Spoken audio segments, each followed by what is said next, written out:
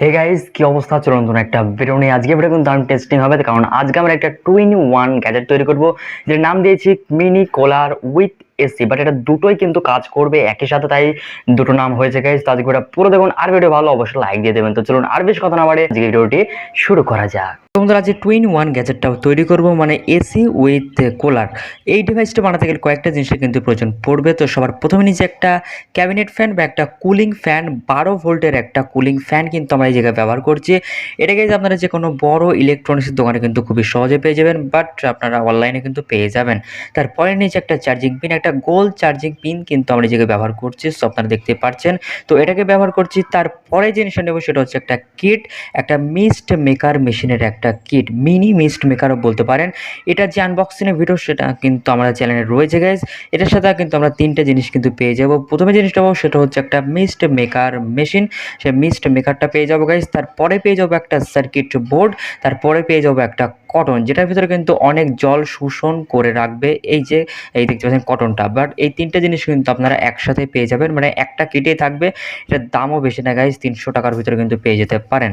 তারপরে জিনিসটা নিয়ে নেবো যেটা হচ্ছে একটা মাজা বা একটা ছোট একটা বটল কিন্তু ব্যবহার করছি। আমরা একটা ম্যাঙ্গো ফুটির বটল কিন্তু ব্যবহার করছি এখানে, সো আপনারা দেখতে পাচ্ছেন। তারপরে জিনিস নেবো একটা টাইসের টুকরো বা একটা পাথরের টুকরো কিন্তু বলতে পারেন। একটা টাইসের টুকরো জাস্ট আমার ঘরে কাটা ছিল, সেটা ব্যবহার করছি।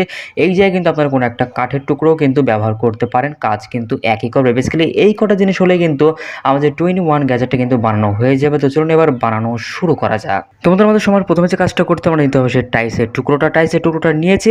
এবার জাস্ট আমাদের সেই ম্যাঙ্গো ফুটির যে বটলটা কিন্তু সেটা নিয়ে আসতে হবে। ম্যাঙ্গো ফুটের উপরে যে একটা স্লিপ দিতে পারেন, স্লিপটা কিন্তু আমরা কেটে ফেলে দেবো কেচির সাহায্য নিয়ে। চলুন ফটাফট করে এই যে কেচির সাহায্য নিয়ে এটাকে ভালো মতো আমরা কেটে ফেলে দিই।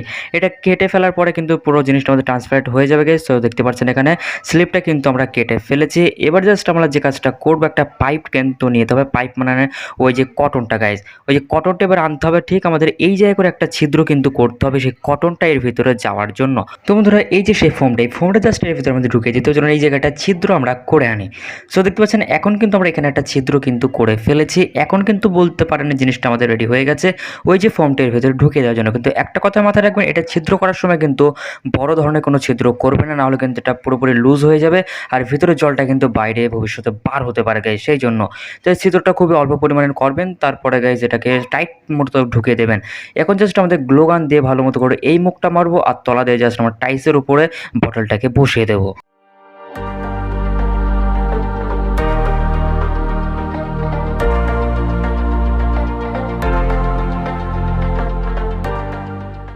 এবার বন্ধুরা ঠিক একইভাবে কিন্তু আমার যে কুলিং ফ্যানটাও কিন্তু টাইসের এই দিকে করে আমার জাস্ট গ্লোগান দিয়ে লাগিয়ে ফেলবো।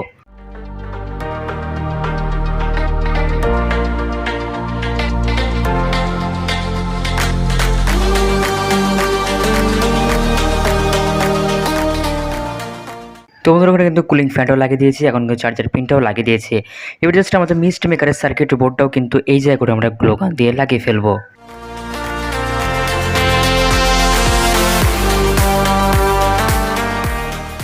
তোমাদের এখানে কিন্তু সমস্ত কম্পোনেন্ট কিন্তু আমাদের গ্লোগান আঠাতে কিন্তু লাগানো হয়ে গেছে। এখন জাস্ট মিস্ট মেকারটাকে জাস্ট আমাদের ওই জায়গায় বোর্ডের সাথে কিন্তু কানেক্ট করে দেবো। দেখবেন কানেক্ট করা কিন্তু খুবই সিম্পল, জাস্ট ওই যে চাপিয়ে মতো ওটা কিন্তু লাগিয়ে দিলে পারেই হবে। বাট এবার জাস্ট আমরা এটাকে লাগিয়ে ফেলবো।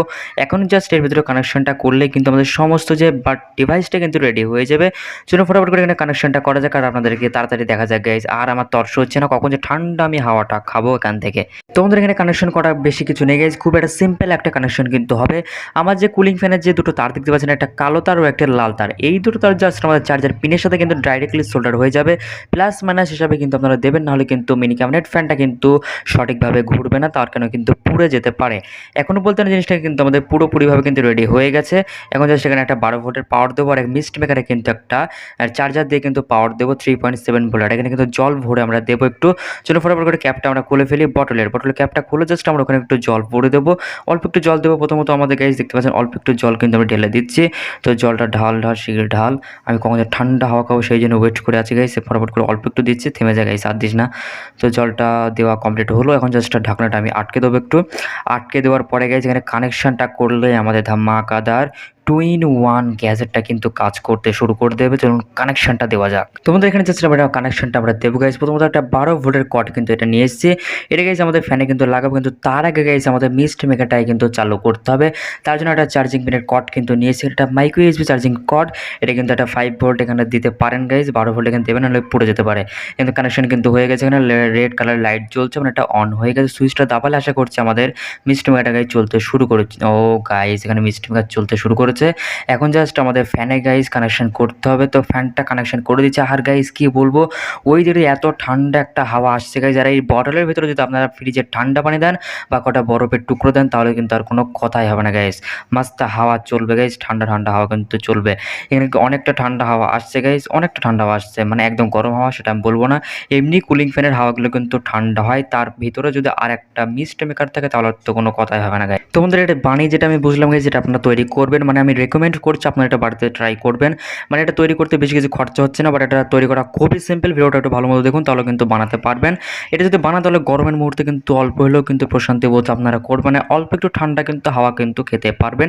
এসি বা কুলার না কিনো, পুরো বডিটা আপনাদের ঠান্ডা হবে কি জানি না, কিন্তু আপনার মুখটাকে কিন্তু অবশ্যই ঠান্ডা করতে পারবে। আর বন্ধুরা এখানে কিন্তু আপনারা একদমই ভাববেন না যে হাওয়াটা খুব একটা আস্তে আস্তে হাওয়া আসবে, একদমই না। কারণ এখানে একটা 12 ভোল্টের একটা কুলিং ফ্যান কিন্তু রয়েছে, বাট হাওয়াটা অনেক স্পিডে আসছে। সো আপনারা দেখতে পাচ্ছেন এখানে কাগজগুলো জাস্ট উড়িয়ে দিচ্ছে গাইজ। অনেকটাই ভালো মতো হাওয়া আসছে, বাট ঠান্ডা হাওয়া আসছে গাইজ এখান থেকে।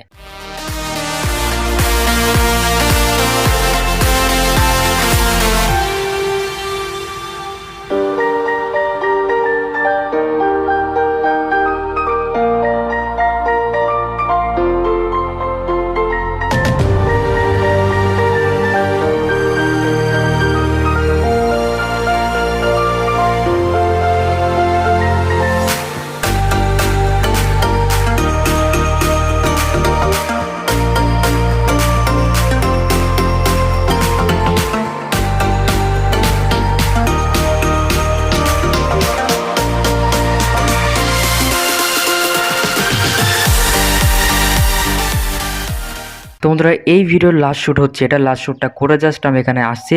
আর যখন এর কাছে মুখটা আমি রাখছি, সত্যি বলতে গাইজ অনেকটা ঠান্ডা, মানে মুখটা অনেকটা পরিমাণে ঘেমে গেছে। সমস্ত শ্যুট কমপ্লিট করে জাস্ট এখন হাওয়াটা খাচ্ছে মনের মতো গাইজ। খুবই ঠান্ডা হাওয়া কিন্তু এখান দিয়ে আসছে, বাট এখন বুঝতে পারি যে একটা কাজের জিনিস এবার তৈরি হয়েছে। ভিডিও শুরুতে গাইজ এখান থেকে আমি এটাই চালিয়ে রাখবো, ভিডিওর ভিতরে হাওয়া খাবো আর কি। তো বন্ধুরা যে 2-in-1 গ্যাজেটের ভিডিওটা কেমন লেগেছে অবশ্যই কমেন্ট করে জানাবেন। ভিডিও যদি ভালো থাকে অবশ্যই লাইক দিয়ে চ্যানেল সাবস্ক্রাইব করে পাশে বেল বাটনটি অল সিলেক্ট করেন। প্রতিনিয়ত ভিডিও পাওয়ার জন্য আজকের মতো এতটুকুই। দেখাবেন নেক্সট ভিডিওতে নতুন টপিক নিয়ে। তোমরা বাড়তে সুস্থ থাকবে। জয় হিন্দ, বন্দে মাতরম।